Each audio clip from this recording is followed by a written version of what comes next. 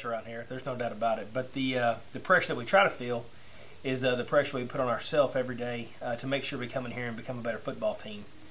We try to put pressure on ourselves every day, and so that when we do get to big games and big situations, we're used to pressure, we're used to handling it, and it just seems like another day to us. So the pressure that we focus on is the pressure every day to come in here, to work hard, be the hardest working program in the state of Texas, and to make sure that when we leave at night, we've become better. We've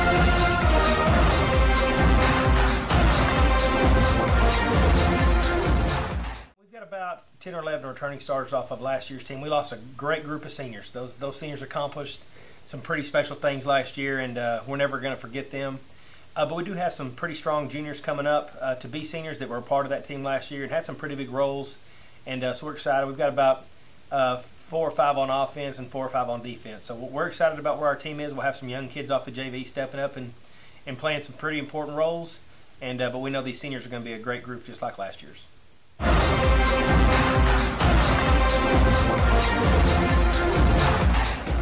Definitely have some standouts on both sides of the ball. Our offense will start with Brennan Doty at quarterback. He's a returning starter.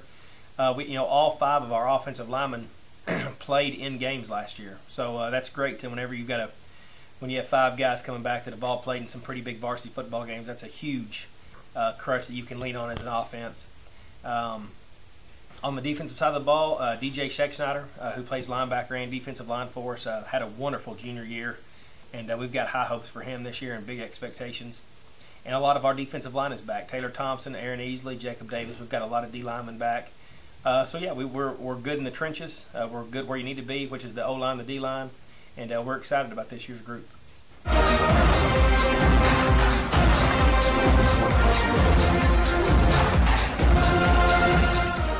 Well, the thing with high expectations, I think that benefits me is that I'm used to it. I have worked in programs all over the state of Texas that have extremely high expectations. My first job was at Austin Westlake High School. After that, I went to Highland Park. Then I was at Odessa Permian, and now at Port Neches Groves. And those 4 programs stand alone in Texas high school football. And high expectations, I was just kind of brought up, and I played at Brownwood. And so I'm used to high expectations. I'm used to working under those kinds of lights and pressures and things like that. And so to me, there was really no difference. I'm very fortunate to have been in those programs. And there are a lot of similarities within those programs. With Odessa Permian and Port Neches Groves, there's a lot of tradition.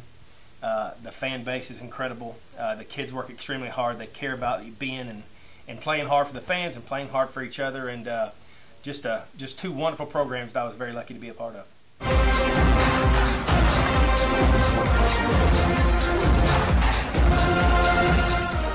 Well, I'll lead with there's nothing like PNG fans. I'll say that right away. I have never seen a group like the Port Neches Groves Indians fans. To be here as early as they are for games and to stay as late as they do and to yell as loud as they do and to stand up for Cherokee, there is no high school in the state of Texas that has better fans than Port Neches Groves.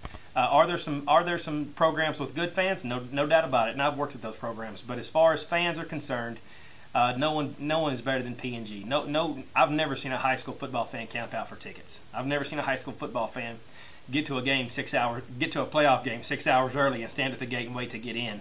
That is something extremely special to Port Neches Groves, and I think unmatched across the state of Texas.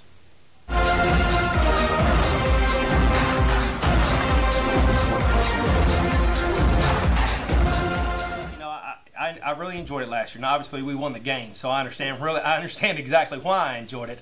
But you know what?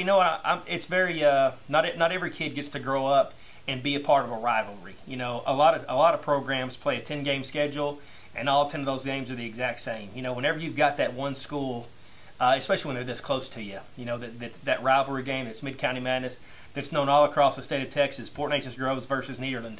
It just makes that game so much more special for the fans, the communities, and for the kids. It's nice to have a game to coach in where the kids are going to be ready to play. There's not much we have to say on Monday morning to get our kids ready to go play Nederland. They're going to come in here with their game face on, and they're going to be ready to go. They're going to have a great week of practice. And for a coach, that's a big relief because you kind of, as you go through a season, you try to figure out ways to get your kids motivated, find other ways to kind of get them ready to play. We know whenever we get ready to play that other school that our kids are going to be primed and ready to go, and their game face will be on all week. I predict that we're going to have a wonderful week of practice, and I predict the PNG Indians will come out on top.